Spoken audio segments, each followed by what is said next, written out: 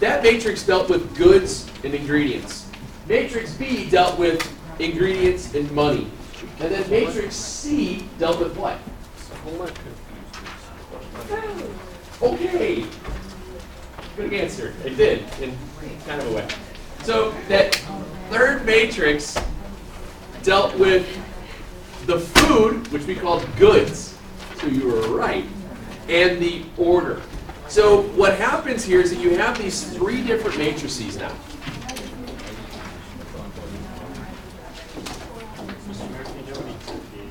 Okay. So, in part, in that that fifth question, what it's asking you to be able to do was manipulate the matrices to be able to multiply them together to create a new matrix. Now, what's happening here is that you can take the eggs, flour, sugar, milk, which were your ingredients, and you can create and multiply them out individually to create, let's see, I did this one out earlier here. If we wrote out this way, I think we wrote it, did we get this far in this class? I forgot to save it specifically for here. But if we multiply it by 1 by 4 and the 4 by 1, the 4 by 1 is the first column of matrix A. And that's going to give us the total amount of eggs we need for that order. And you can continue on through all of that, or you can do this. We know that the order was the matrix C, was the 1 by 4. This is your order, and this is the ingredients. I can also multiply that by matrix A, which was a 4 by 5, to give me ingredients, and the 5 dealt with, oh, excuse me. I had it backwards. When you multiply the 1 by 4 times the 4 by 1, which is that first column, that's the, talking about ingredients for the eggs. And what you wind up being able to do is compile the data in each column. It's painstaking, it's not the easiest thing to do as you go through with a lot of the matrix stuff. That's why most people use Excel and things like that. All right. That's really all I wanted you guys to see with this problem, is that how the actual dimensions of the matrices themselves wind up matching up. Okay, that's really all I want. That was the exercise of that one, of remembering rows to columns, columns to rows. That's how the pairing works. The bulk of the stuff that I wanted to discuss today dealt with those handful of problems that I asked you guys to try out. I'm going to go out on a limb, and the first one you did with the area of the triangle should have been relatively easy, aside from the fact you had to convert units at the end. When you had to do conversion of units, it was asking you to switch from square feet to square inches, I believe. Didn't you? I think that was 57. Oh yeah, that one confused me. You could, yeah, you didn't have to because it's the right triangle on the grid, you didn't have to. But what I want you to remember is that if on the test, if you're given just ordered pairs, remember how to set it up with the matrix. So when you set it up with the matrix, you're using this generic formula, taking the determinant of the ordered pairs, and in that third column you put all ones. Remember, the determinant sometimes can be negative. That's why multiply by a negative half, or if it's positive, multiply by the positive half. And then you get your determinant, and that winds up being the area. Now, the third part of that question dealt with the, I know those are the ones that are leftovers that didn't get to anybody else. Oh, thank you. That 57, I believe the wording on it. Suppose you're making a scale model. Yeah, because you start out with the square footage was 144 square feet, I believe, right? That is what they gave. That said, use it from question something. I believe that's what it said. I didn't give you. That's what you got. Oh, I left that file over there. Oh. So what happens here when you're doing unit conversions? You have to know how many. They're telling you they want it to be, was it 6 feet to 1 inch? Well, here's what happens. When you multiply it out to get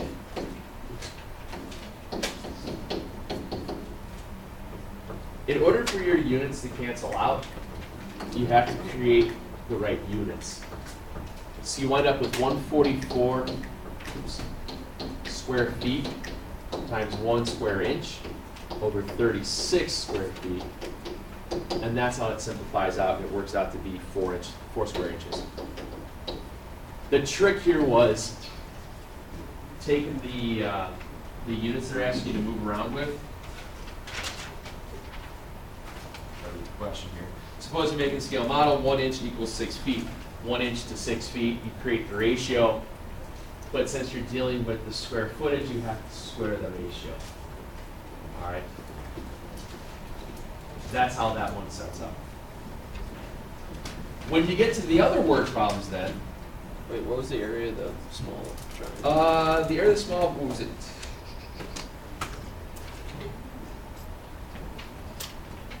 I didn't do this one. I didn't do the areas, I just did the other ones. When I wrote them down, this was what, 2, 4, 6, 8, 16, 64 square feet, I believe. Did you guys get 64 square feet for the small one? And you're right, using the counting the squares is much quicker than doing the matrix. What happened? You know what you did? Did you use 1 for your y value in your ordered pairs? I think so. That's why you got it wrong. If you look at the scale, it's going by 2s. So you guys, if you look at the scale on that one, they're going by 2s. So if you used 14, and then you probably had an ordered pair of 14-1 and 22-1, I bet. That's why you got it wrong, because it's 14-2, 20, in the 22-2. See the y value? Look at the y value, it says 2. Yeah. Oh, I thought that says 2. That's why you ordered Good. points on the. Yes. Yep. Yep. Yep. And that's usually what people mess up on that problem. I saw that a lot yesterday afternoon when people were popping in, and then this morning a couple people stopped in on that one. Buying gas, number 59. Oh, this is kind of funny because gas isn't that cheap. I wish gas was this cheap. You and me both. So what happens here is you have a system of equations. You're talking about 2 different things. You have 10 gallons of gas premium and 2 gallons of regular. So you have 10 gallons of premium and 2 gallons of regular. And that total cost equaled $13.56. Can you imagine getting 12 gallons of gas for $13? That's wonderful. The price of premium gas. The price of premium gas is 12 cents more than regular. Remember, the word more is a plus. The word less is subtraction. You will, if some people are messing this problem up by accidentally multiplying it, and remember that means you're doing it like a factor of it. You'll see multiplying is going to be like twice as many, things like that. So now what happens, in order to make this look like a system of equations to use matrices, you have to have your variables on one side. So you wind up with the following. P minus R is 0.12. So now you can do a quick system. 10, 2, 1, negative 1 times something is going to equal 13.56 and 0.12. And when you do that, what in essence you're solving for here is premium and regular. I think you get $1.15 and $1.03, if I'm not mistaken. Did you do that correctly? Was it $1.05? So is this the one where you did the little minus Yes, one thing? this is exactly when you're set up systems like this. That's what you're doing. You're always taking the inverse of the first matrix times what your answer is, and that will give you your premium and regular. So premium gas is only $1.15. Wouldn't that be great? I still remember the days my parents would give me $20 and have me go get a gallon of milk and fill up the gas, and I got change. What's that? They'd give me $20, and I was junior in high school, and finally you get a driver's license, and you get to become the gopher. Go for this, go for that. Speaking of gophers, I get it. It's funny because he walked in. I had no idea. But, so I wound up being the gopher. So I got to go for milk, go for gas, and do stuff like that. But I get to keep, $5, $6 and change. Like, woo-hoo. I still never picked up. Gas was like, when I first started driving, I got my license in '91. Gas was 80 cents in that neighborhood.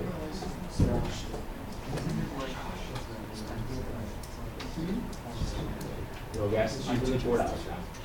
I always think it's funny when gas hits about $4, it means I have to use my credit card twice because it always stops at $100.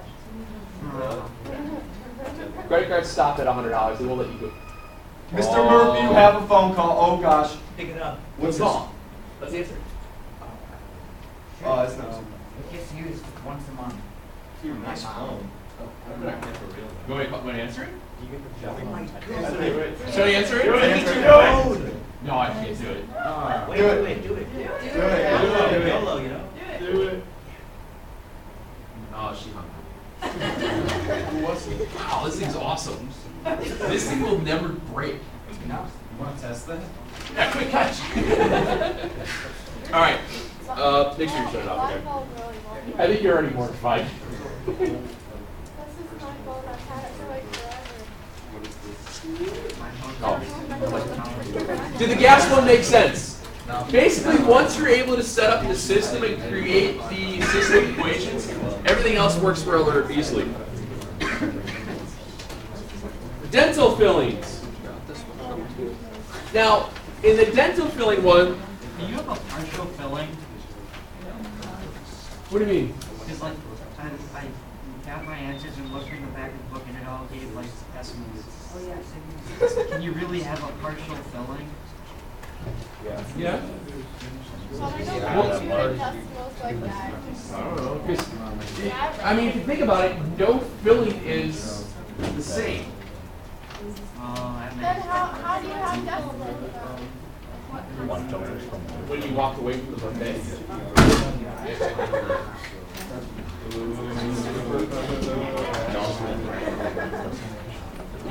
So you wind up, they're starting out right away with all these decimals.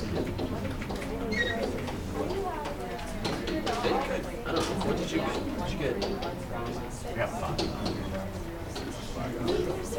What did you want? Like $5 for the first one. Now, what's happening in this case again 300. is we're just basically setting up from the table of what it has to be. And it wants you to figure out how much of each of these can you use. This is number 41 now. I'm on the 41. Now, what happens is you're trying to figure out how much of each of those three, how much of A, B, and C can you use. And then you have X amount of material to work with. And we're talking, this is so out of date. I don't think dentists have used silver or tin or copper in Lord knows how long. They actually, when I was your age, they used to use silver fillings. That was kind of the standard. And a silver filling hurt like forever. Yeah, it hurt real bad because it never really formed right. And if you bit on it wrong, it was horrible. But also, if they had any nerve anywhere near it, anytime anything was hot or cold, you would fall over in the fetal position and cry. So they started to replace silver fillings. So over time, I had 4 or 5 silver fillings that they would pull out and just pack them back in with what they use nowadays, the cement stuff or something. Yeah, they use quickcrete. So look, this guy out back with a wheelbarrow. Once again, take the inverse of the first matrix times the second, you get your solution. This one should have been relatively simple. They basically set the whole thing up for you. Wait, what's the ABC? That's the algorithm. This is what they're given. Yeah. That's what you're finding. Yeah.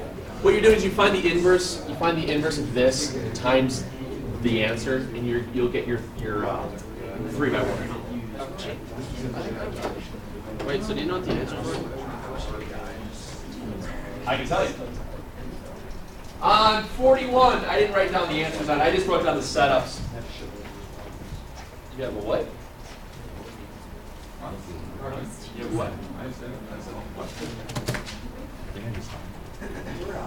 Yeah, it's like 2239.8, 1313.6, and 4067.6. I'll erase that question. Or what? Those are the grams. All right, 42 and 43. Yeah. And then tell me the rest of them. On 42, you're talking about stained glass. Now, this is the first question you have to do a little bit more insightful reading to be able to set up the system. When you're reading about this problem, you'll notice right away that they're talking about that you need to have 6 square feet of glass, and you want to have as much iridescent glass as red and blue combined. The cost of the sheets of the glass that have the area, 3/4 square foot, are all listed. So what you know right away is that you want 6 total feet of your glass, 6 square feet, excuse me. So if I go into my problem and I'm looking around to see what they're talking about, well, I have 0.75 of iridescent for square footage, plus 0.75, what was the next one they gave you? Blue. And then plus 0.75 of red, for a total of 6 square feet.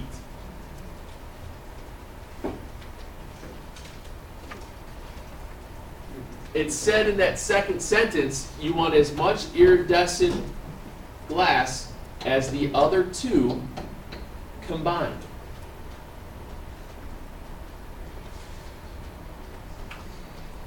Oh, you know what? I'm gonna flip flop my B and R real quick, because when you read the problem, red comes before blue. Is that okay? Yeah. All I'm doing is I'm putting red before blue. The numbers don't change. I'm just putting red before blue. That's all, because that's how it was written in the problem. Everybody with me so far on that one? You want as much as the other 2 combined? I get that. And now it talks about the price. You have $6.50 for the iridescent, plus $4.50 for red, plus $5.50 for blue, for a total of $45 to spend. So right now, you are very close to having a full 3x3 system. Notice, I have 3 equations right now and 3 variables. One of those equations is a little bit different than the other 2, and you can probably figure out which one that is. The middle one, right? The middle one's a little bit different because all it has is variables. And the other 2 have variables equaling some value. So what I want to do with this second equation, I'm going to take this second equation and I'm going to move everything to one side. And now what does that equal? 0. Now I have a 3x3 matrix with 3 answer columns. So when you set this up, you wind up, let me move this up again. When you set this up, you wind up with 0.75, 0.75, 0.75, 1, -1, -1, 6.5, 4.5, 5.5. And since we're going to have to solve the equation, what do I have to do to that matrix? Take the inverse of it. Take the inverse of it right away, and what do you have to multiply it against? 5. Perfect. 6, 0, 45. And that will then tell you exactly how much everything you need. What'd you get? 431? Sounds about right. Oh, I didn't know. Excuse me. Remember, when you're doing these things and you're entering them in the calculator, especially when you're working with a word problem, don't just go right to your calculator. Write it out. Write down the equation. Try to build it off of that so it becomes a little bit clearer. Should I give a message? What? That's good. Alright, I am not like getting how to put it in. But when I look at all I want to do is just solve it through equations. Okay. I don't like putting it in there, and I Remember- when I see a problem, I don't even think twice about putting it as In solving the system way. whatever it's called, matrix. I just solve it as a system. Like, I don't get why you have to do the inverse. That just doesn't make sense. Like, why would we not just? What's happening here is if I take all these coefficients and I have I, R, and B, because that's the order in which they were written. If you multiply this out longhand, you're going to get this right here. Okay? Aside from the 6045. So what you're asking yourself is, this coefficient matrix times the variables will equal this solution matrix. What are these three variables going to equal in order to make this equal 6045? What a matrix allows you to do is solve a system quicker. Granted, you can go through all this and you can do your elimination and all that stuff, but it's so much more efficient to solve a system of equations via matrices than it is any other method. It's just another way of solving systems. And in the long run, if you want to sit there and do those by hand, go for it. But what's going to happen is you could get a 4x4 larger style problem, and you don't want to do that by hand. Matrix just makes it easier. That's all. Yes, sir. How do you know which equation to like put first? It doesn't matter. It really does. As long as you're consistent with what that first equation equals 6. If I put this equation second and put this one first and shifted them all around, it's just telling me where everything's going to go anyway. These numbers will move. Everything's going to move. Switch them around, but like, do you have to switch around the variables? As long as the variables are straight, then your numbers should still pop out. Because what happens here is like this whole row moves around. It's still going to. You still have to do that matrix multiplication to make it work. No, I'm saying like, cause like where you have it, then R equals 0. Here, but if in your you calculator, flip just flip flop those two sheets. flop I, or the. If you're putting this row, if you flip flop both those, then you're still going to get the same. But you're right. The B and the I will switch spots. Yeah. How do you know when to use the inverse and not multiply it together? Because like When you're solving a system, you're always when you're using it. solving inverse.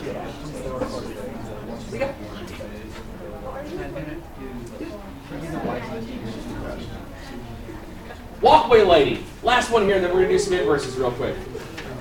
I didn't even. We'll come back to any more of these things later. Once again, you're talking about a package of lighting where it has a transformer, so much feet of wire, and so many lights, and a cost. If you look at the information that's given to you in the following table-ish looking thing, it basically tells you the following.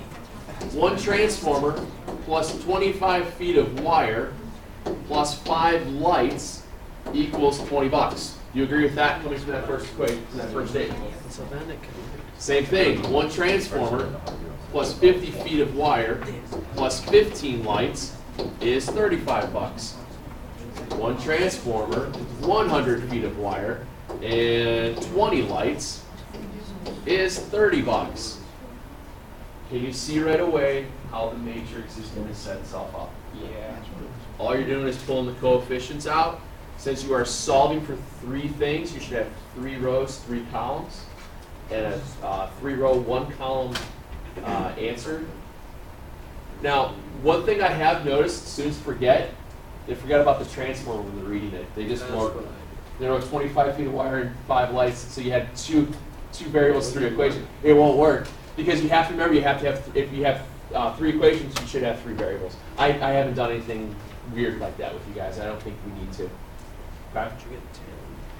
And it should spit out it should come out with decent numbers.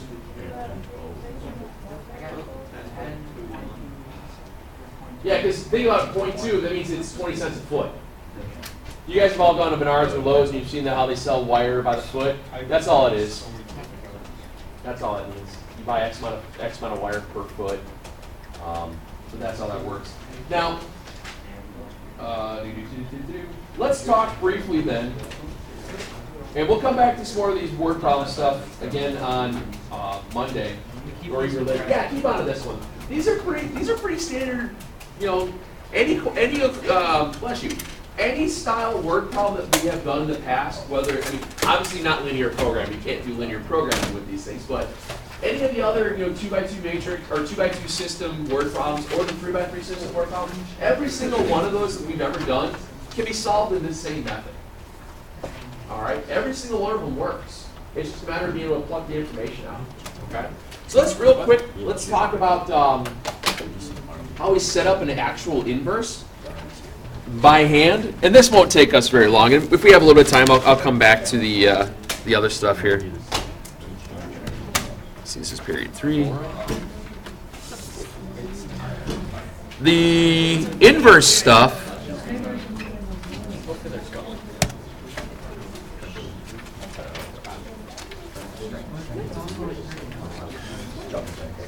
The inverse stuff, if you recall, is when we were working with that x to the -1 power. Now, for the first couple of days that we've worked with these inverse matrices, I was just saying, hit the button, use it. Because in the long run of being able to do all that work by hand, a lot of our inverse matrices work out with some nasty fractions. If you guys remember from the homework when just hitting those buttons, we got those, remember how you're all weird, like, oh my gosh, it's 17/10, and all those weird values we were getting? Well, let me explain to you guys real fast why it does happen that way. So there's a pattern to which how you set up an inverse. Yes, sir? Yeah. When we're working with inverse of matrices, obviously it's just that we use that -1 button and it spits out the answer. In order to be able to find that by hand, it takes a little bit longer. So let's start with this matrix A of 3, 1, 4, 2. And I'll walk you through the scenario of it. As long as you follow the simple steps of it, it's not that bad. It's just a little tricky at one part. Yeah? Are you doing this just for algebra system? This will be on the test because an inverse is something you should be able to crank by hand. It's a 2-step process, and it's not that bad. So what we're doing here is that an inverse of a matrix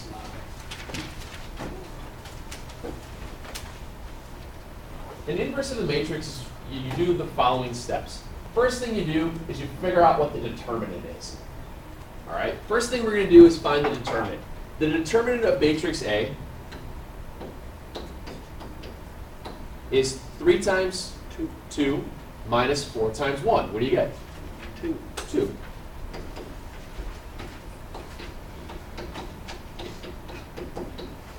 So now we know that the determinant of the original matrix is 2. So here's what we do. We take 1 over the determinant. We multiply that into, excuse me, we multiply into, well, we exchange the downward diagonal, so the 3 and 2 becomes 2 and 3. Is this what just happens in our calculator when we invert it? Yep. Alright, so you're just explaining it. Yep. And then you negate the positive diagonal.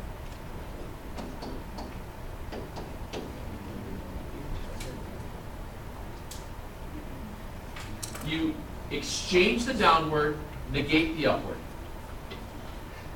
And now you just distribute the 1/2 power in.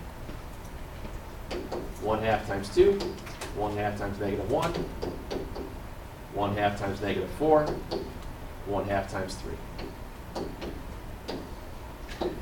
And that's an inverse. That's it.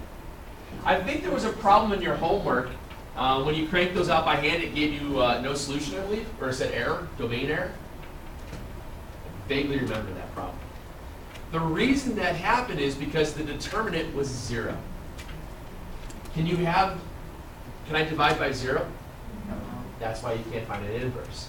So if your determinant equals 0, you can't do this because the determinant goes in the denominator. All right?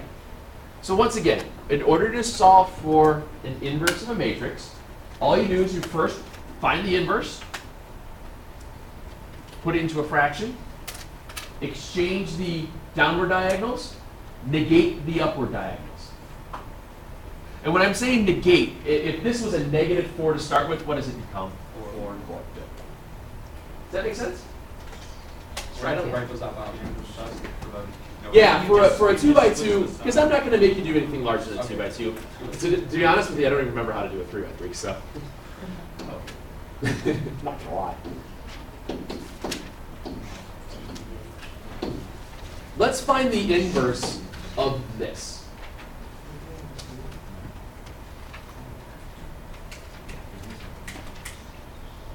Once again, the first thing we're going to do is identify what the determinant is.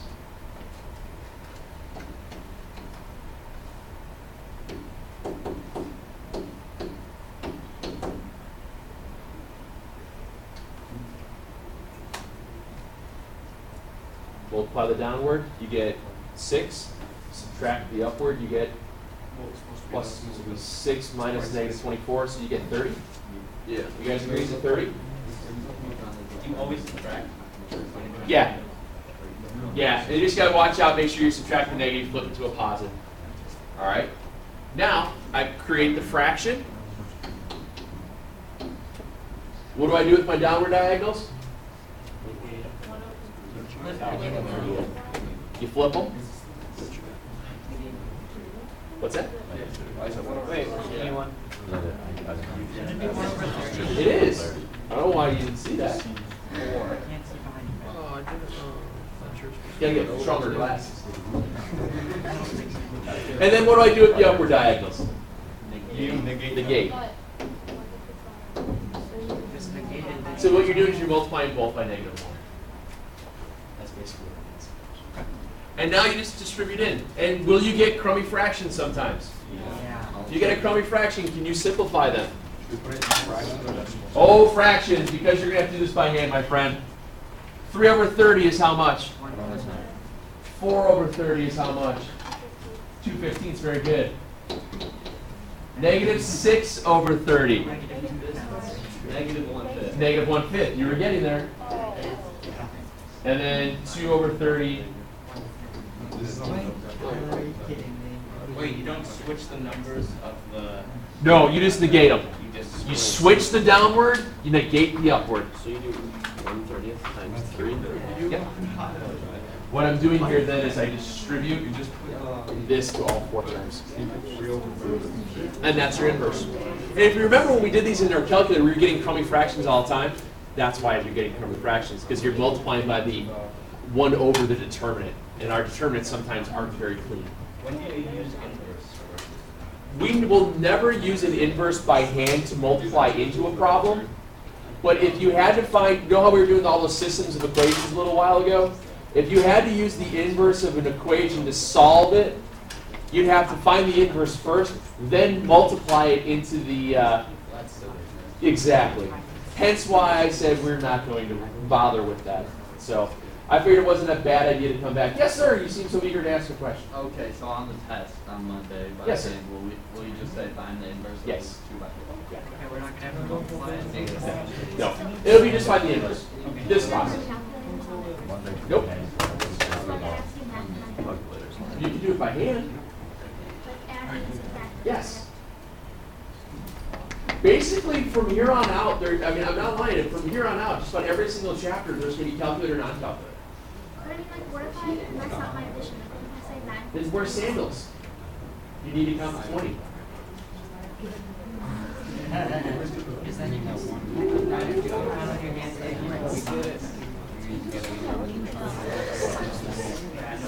Use your teeth as an abacus. So. Can we get an abacus? Or you just get better at mental math.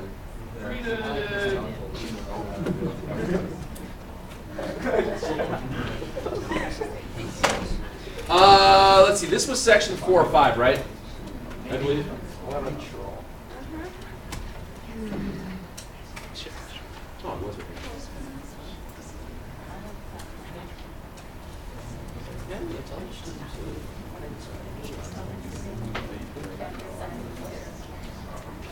In section 4-5,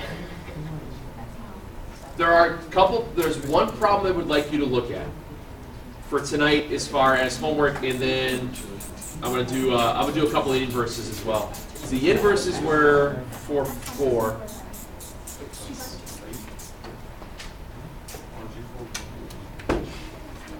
I would like you to do a couple of inverses by hand for tonight, and I've got one word problem for you to look at. On page 227,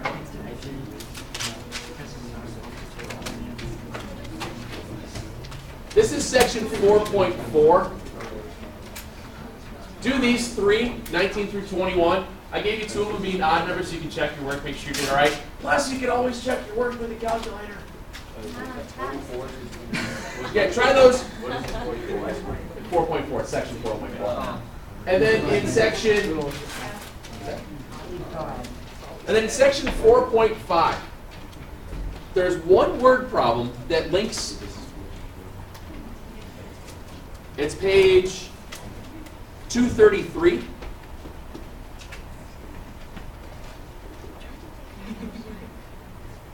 It works in coordinate with one of the examples already given to you.